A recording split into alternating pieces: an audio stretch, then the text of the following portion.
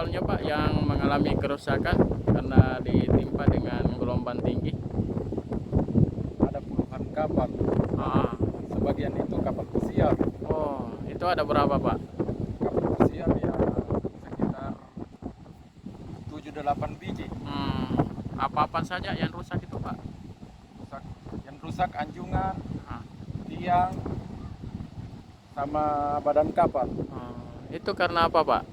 Karena benturan, dia Benturan. bahkan baku ikat jadi Ah, ombak besar. ah.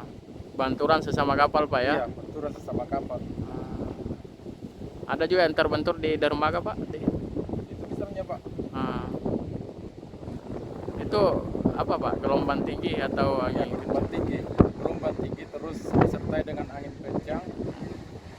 Rapat terus anunya jakarnya ndak ada yang tahan. Itu sudah berapa hari Pak mengalami kondisi seperti itu? Sudah 3 hari, tapi kalau angin sekitar Itu berapa persen Pak yang rusak kira-kira? kalau rusaknya sekitar 40-30%. Ini harga kapal Pak, kapal pesiar yang rusak ini berapa? Sekitar berapa ini? Kalau dilihat dari besarnya puluhan miliar. Iya. Kira-kira ada berapa? 15-13 miliar. 18-13 miliar. Iya. Pak. Baik Pak, namanya Pak siapa? Terima Terima kasih Pak.